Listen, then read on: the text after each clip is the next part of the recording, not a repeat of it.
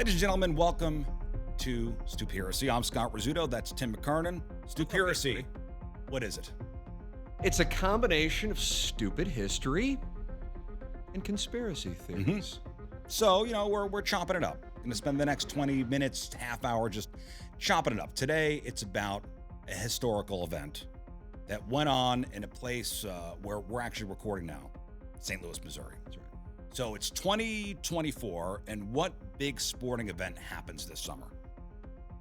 The Olympics. Right. For those of you who didn't guess like Tim, it's an event that lasts 2 weeks. The world competes, happens every 4 years, yes. The Summer Olympics. Do you know where they are this year? Paris. Paris, look at you. Yeah, no, it's exciting to have this kind of knowledge. Yeah.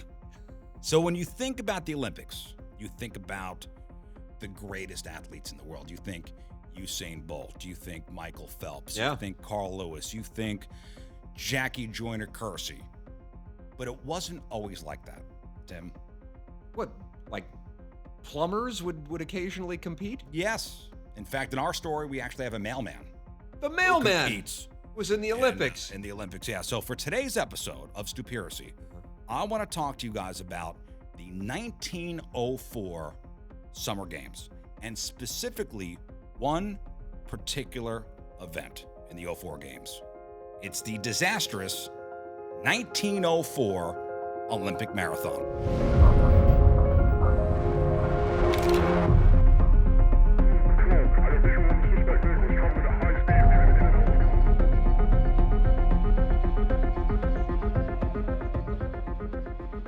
So, the city of St. Louis hosted the 04 Summer Games. 04 was a big year for the city, actually. There was the 1904 World's Fair here in the city, which lasted 8 months. That drew around 20 million people. The organizers of the World's Fair, these guys had some big dongs, and they were not afraid to swing them around. So the 1904 Summer Olympics were going to be held outside of Europe for the first time.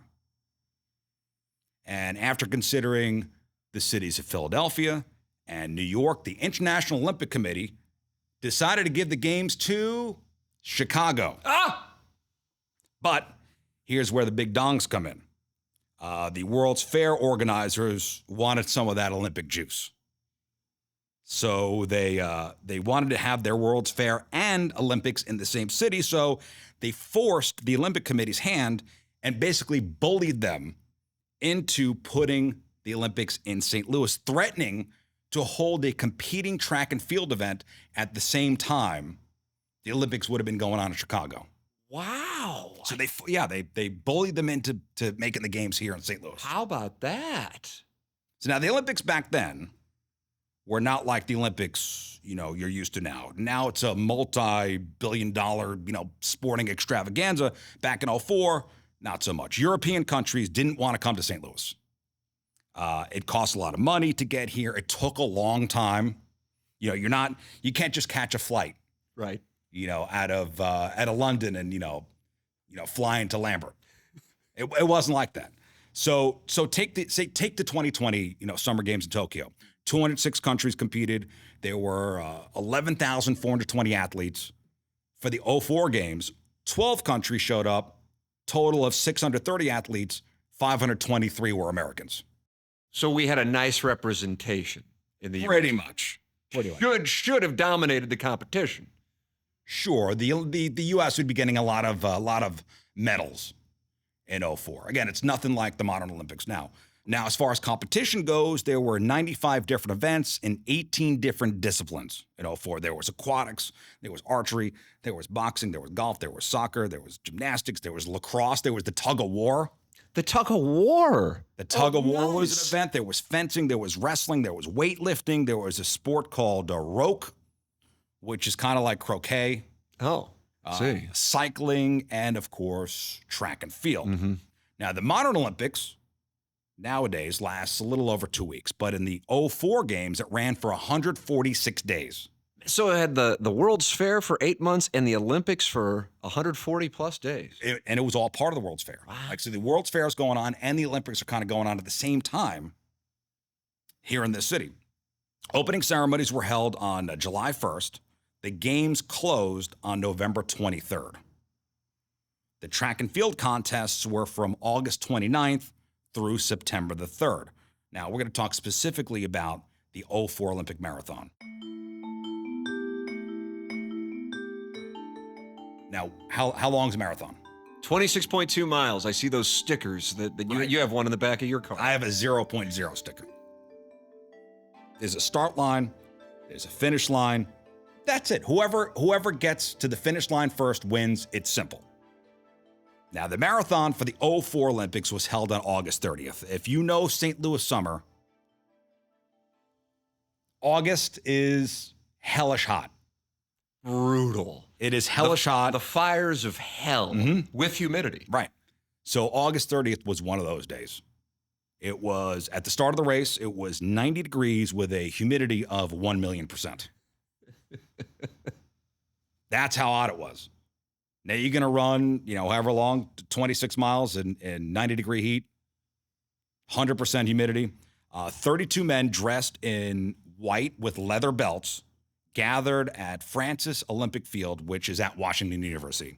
Former Missouri governor, president of the organizing committee for the Summer Games, David R. Francis, who they named the stadium after, fired the starting pistol at 3:03 p.m. Of those 32 men that started the race, 3 were previous winners of the Boston Marathon. None of those guys would wind up finishing the race. In fact, of the 32 people who started the race, only 14 finished. Now, this was not 26.2 miles. This was a 24.85-mile course. One official called it, quote, the most difficult a human being was ever asked to run. They were very dusty roads. There were 7 hills, varying from 100 feet to 300 feet high, some with brutally long climbs. They had to constantly dodge crosstown traffic. They had to dodge delivery wagons, railroad trains, trolley cars, people just walking their dogs. Like now, if you watch a marathon, the whole course is shut off. It's barricaded. It's you have the whole barricaded. thing to yourself. You got the bike barricades up. You got the whole thing by yourself. People are cheering you on, giving you encouragement, and sometimes beverages and such. Oh, yeah. So speaking of beverages. Yes. 90 degrees, 100% humidity. There were only 2 places to get water. There was a place to get water from a water tower at 6 miles and a roadside well at 12 miles. The next 13 miles to wrap this thing up, fend for yourself. You're on your own. You're on your own. Now, the a-hole who organized the games did that actually on purpose. Oh, my. He wanted to minimize drinking and test the limits of dehydration for research purposes. Oh, this was a little experiment. Yeah, so these 32 guys that started the race were basically guinea pigs for an experiment. Let's see how far we could push the human body in this kind of weather with so little water. So we'll take a break here. And then when we come back, I'll tell you what a mess this race was. It already sounds like it has the makings of people passing on. I can't wait to hear what we've got once this thing gets underway. Just wait. And every step of the way, even to the finish, is it's a disaster. All right, welcome back to Stupiracy. We're talking about the disastrous 1904 Olympic Marathon.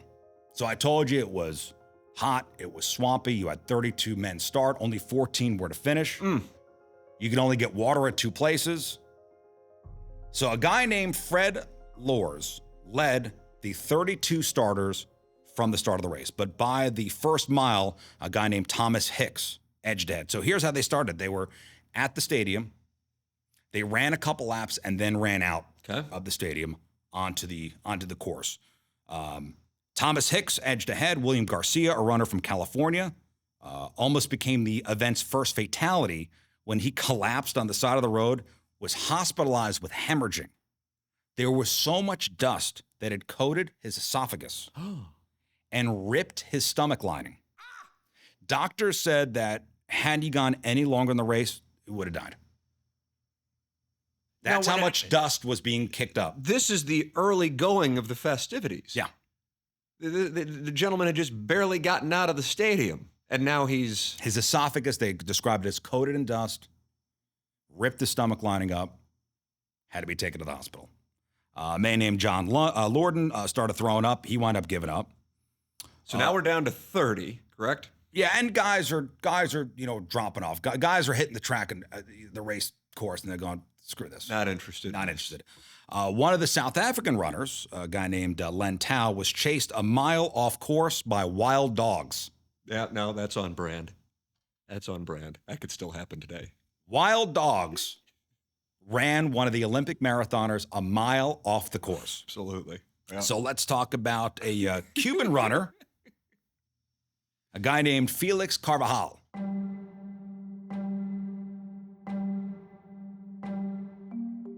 Okay, he also a mailman. So in Cuba, he's a mailman. He decided to enter the Olympic marathon event. And this dude was a character. He was making good time, just trotting along. He stopped to chat with some spectators in broken English. During the race, he stopped a car because he saw people inside eating peaches.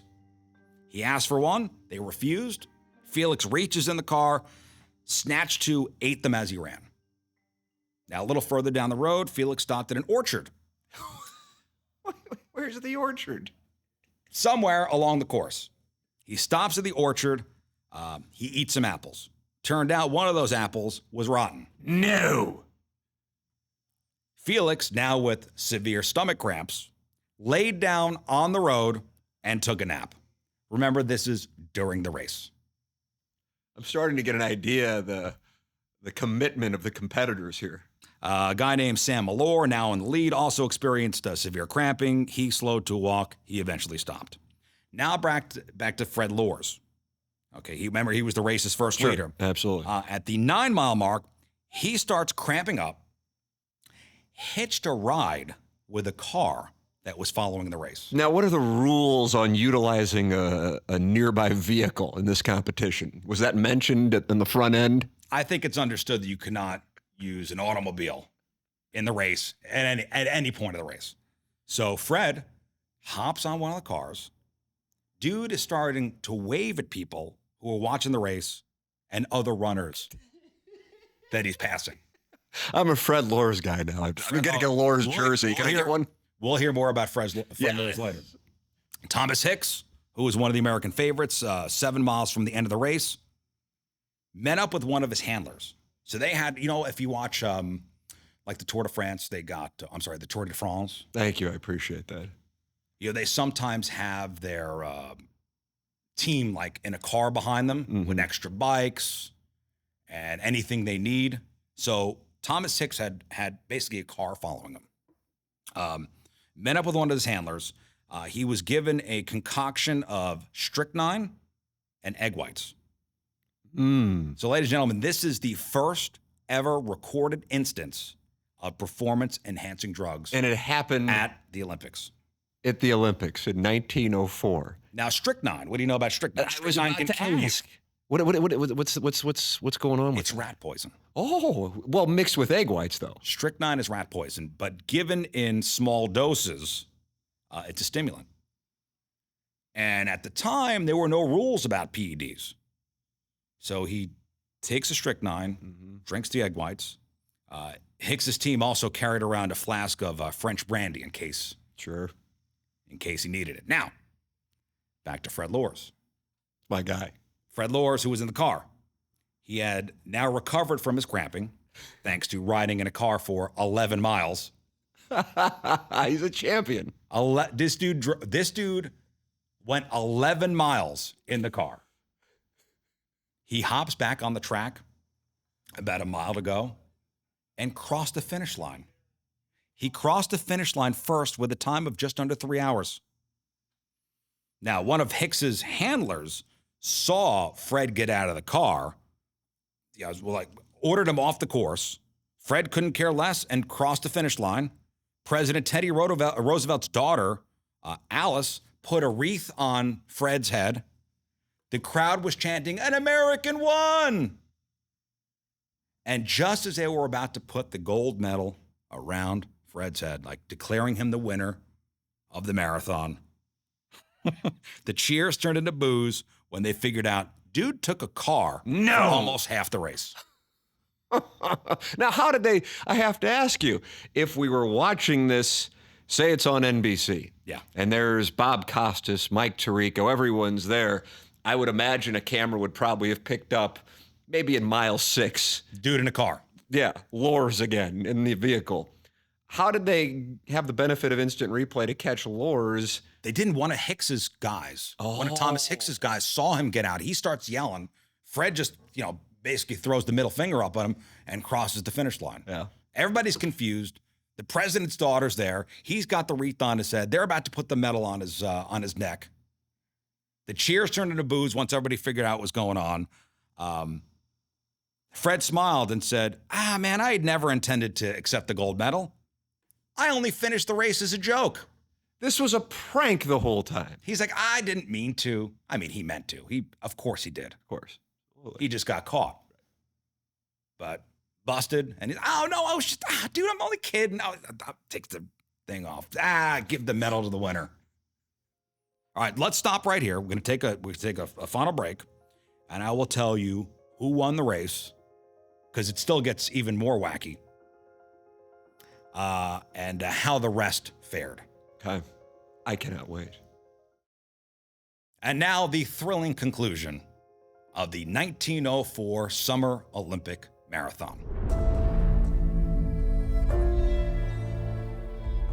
Here in St. Louis. So, here's how ahead Fred was. Remember, Fred crossed the finish line as a joke after taking a car for 11 miles. So Thomas Hicks was in second place, still with 4 miles to go. So Fred crossed the finish line. Thomas Hicks still on the course. He's got 4 miles to go. And dude, he was in rough shape. Thomas Hicks was in rough shape. He was limping along the course.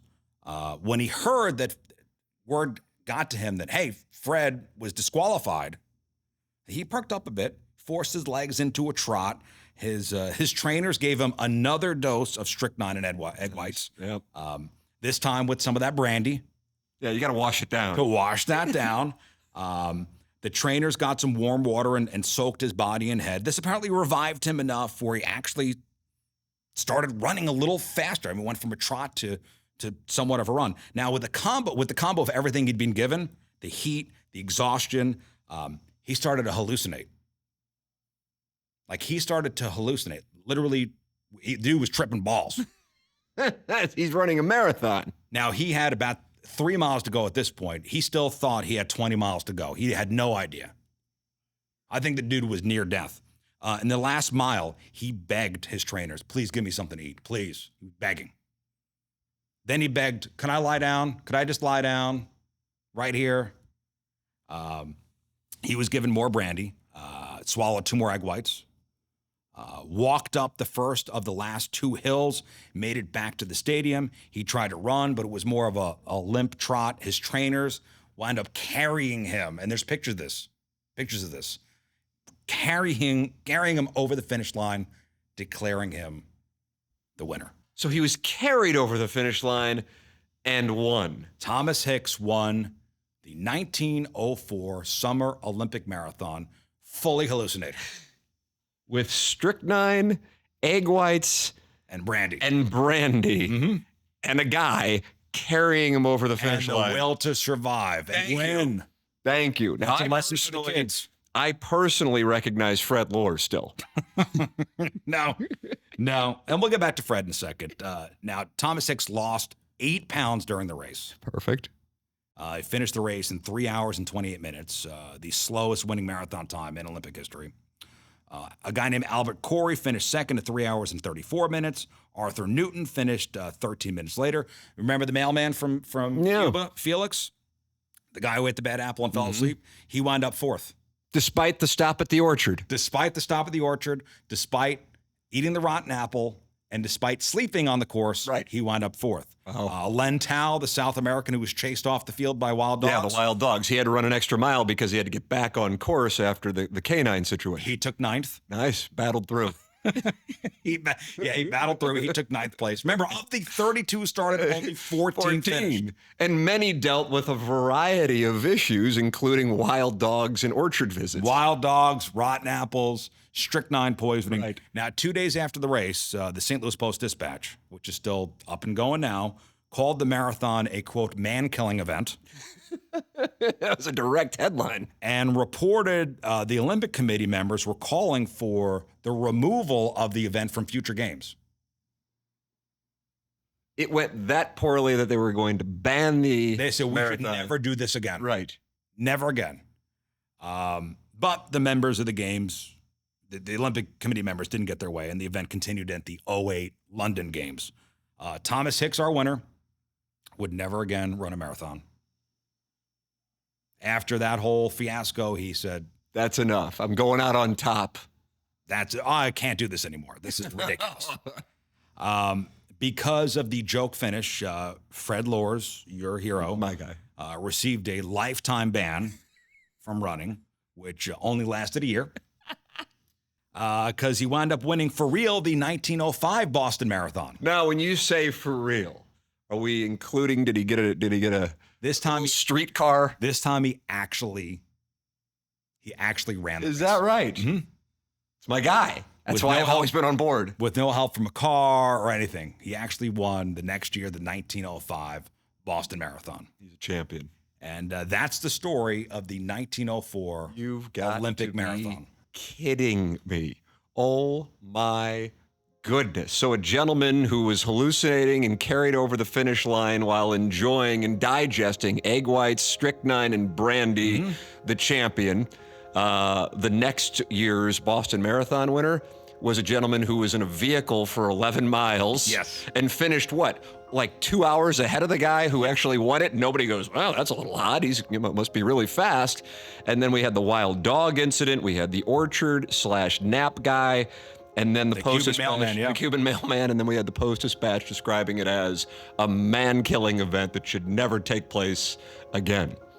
And now the Olympics, the Olympic Marathon is still a thing.